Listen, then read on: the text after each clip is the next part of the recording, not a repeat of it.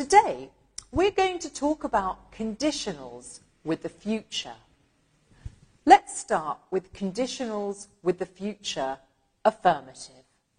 We use the conditional sentences with the future to talk about the result of a possible action in the future. The important thing to remember about this conditional is that there is a real possibility that the condition will happen. Let's look at some examples. If I see him, I will tell him. If we leave now, we will catch the train. As you can see, the action is said in the simple present and the possible result is said with the simple future using will. Notice that if can introduce the first or the second part of a conditional sentence, but when if introduces the second part, we do not put a comma, like this. I will tell him if I see him. We will catch the train if we leave now. Let's look at one more affirmative example. If I go to live in London, I will learn a lot of English. Why is the comma used here? Because if introduces the first part. Okay, now let's learn conditionals with the future negative. This is very easy because the format is the same as in the affirmative, but we use the simple present or the simple future with will in their negative forms. Look at some examples. If you don't study, you will not pass the exam. Remember, if can also come in the second part of the sentence in the negative conditional, like this.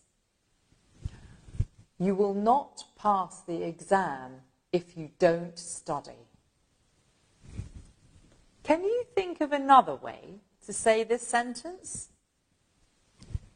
If you don't study, you will fail the exam. Well, now we're ready to learn about conditionals with the future interrogative. Let's look at some of the examples of the interrogative form. Look at this example. Will you take me with you if you go there?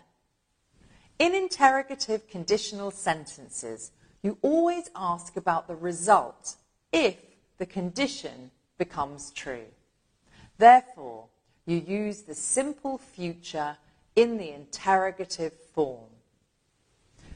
What I mean to say is that you need to put the auxiliary will at the beginning of the sentence.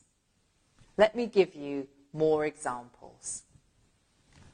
What will you do if you fail the exam? What shall we do if it rains? What will he do if he loses his job? The interrogative form is simple, isn't it? So let's finish by looking at different uses of the conditional with the future. The conditional with the future can be used in many ways. Let's have a look. It can be used as a way to give advice. Look, be careful. If you touch that, you will get burned. If you don't slow down, you'll have an accident.